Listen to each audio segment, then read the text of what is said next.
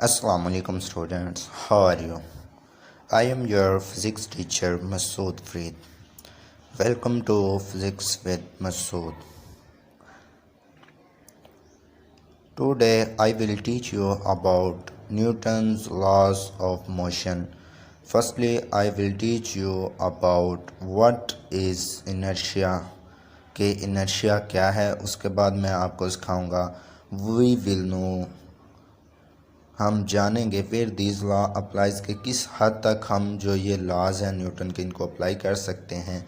फिर हम स्टडी करेंगे what is first law of motion and give its example. First law of motion क्या है और इसकी एग्जांपल पे बात करेंगे. What is second law of motion and give its example. Second law of motion क्या है इसके बारे में जानेंगे और इसके एग्जांपल्स को डिस्कस करेंगे. What is third law of motion. Third law of motion क्या है न्यूटन का एंड गिव इट्स एग्जांपल और इसकी एग्जांपल पे बात करेंगे. तो सबसे पहले हमारा पहला टॉपिक है व्हाट इज़ इनर्शिया के इनर्शिया की प्रॉपर्टी क्या है. The inertia is a property of an object of its state of rest state of motion with uniform speed unless N unbalanced external force act upon the object. कि inertia किसी भी object की ऐसी property है जिसमें या तो वो स्टेट ऑफ रेस्ट में होता है या स्टेट ऑफ यूनिफॉर्म मोशन में होता है जब तक कि उस पर कोई एक्सटर्नल फोर्स एक्ट न कर जाए. तो इसकी पहली एग्जांपल है a boy stand on the bank of river. एक लड़का जो दरिया के किनारे पे खड़ा है वो स्टेट ऑफ इनर्शिया में है. और दूसरी क्या है अ car moving continuously with 80 kilometre पर हावर फॉर सम डिस्टेंस. कि एक गाड़ी है जो कंटिन्यूसली मूव कर रही है 80 किलोमीटर पर हावर के साथ कुछ डिस्टेंस के लिए. तो उसके बाद हमारे पास टॉपिक है वे न्यूटन्स लॉज अप्लाई. कि न्यूटन लॉज जो हैं ये किस हद तक अप्लाई किए जा सकते हैं. When the speed of the moving object is small as compared to the speed of light. कि जब मूविंग ऑब्जेक्ट की स्पीड ऑफ लाइट से कम हो normally all motions around us which we imagine with the eyes in the world can be described with Newton laws.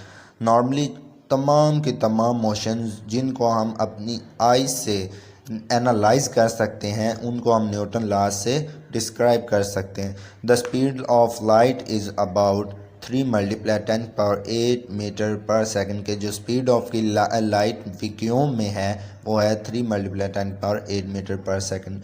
इसके बाद हम बात करेंगे Newton first law of motion क्या है.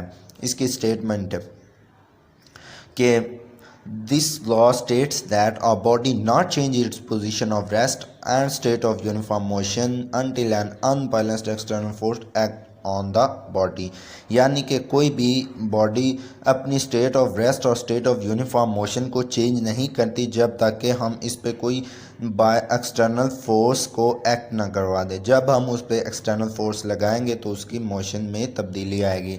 अ car moving with constant speed within some distance it continuously move until we apply brakes to slow it down और increase its rate to speed it up. यानी कि एक car है जो कि या तो रेस्ट में है या कि यूनिफॉर्म स्पीड के साथ मूव कर रही है. अगर वो यूनिफॉर्म स्पीड के साथ मूव कर रही है तो हम उस पर ब्रेक अप्लाई करेंगे उसकी स्पीड कम होगी. अगर हम उसकी रेस को बढ़ा देते हैं तो क्या होगी स्पीड अप होगी. अब न्यूटन सेकंड लॉ क्या है. It states that when we apply a force F on the body, it may cause to move the body in the direction of force. This acceleration is produced in the body. This acceleration is directly proportional to the applied force and is inversely proportional to the mass of the body. यानी कि कोई भी जिस्म है उस पर अगर हम फोर्स अप्लाई करें तो वो बॉडी क्या करती है मूव करना शुरू कर देती है. लिहाजा जब भी कोई बॉडी मूव करती है उसमें एक्सेलरेशन पैदा होता है. ठीक है, ये एक्सेलरेशन जो बॉडी में पैदा होगा ये फोर्स के डायरेक्टली रिलेट करेगा. यानी जितनी फोर्स होगी उतना ही एक्सेलरेशन पैदा होगा. और जो मैस है उसके इन्वर्सली रिलेट करेगी. यानी जितना मैस भारी होगा वो उतना कम एक्सेलरेट करेगा. ठीक है, यानी कि एक कोई ऑब्जेक्ट है जिस पे हम 10 न्यूटन फोर्स अप्लाई कर रहे हैं और इसका मास है 10 किलोग्राम. तो उसमें जो एक्सेलरेशन पैदा होगा वो हमारे पास होगा 1 मीटर पर सेकंड का स्केल. यानी कि जितनी फोर्स अप्लाई करेंगे उतना ही एक्सेलरेशन पैदा होगा. और मास के इन्वर्स रिलेट करेगा। ये हमारे पास है गाड़ी जिस पे हमने पॉइंट ए से फोर्स लगाई है तो पॉइंट बी तक उसने सम एक्सेलरेशन पैदा किया है in the direction of force. अब हमने इसके थ्रू से इक्वेशन ड्राइव करनी है।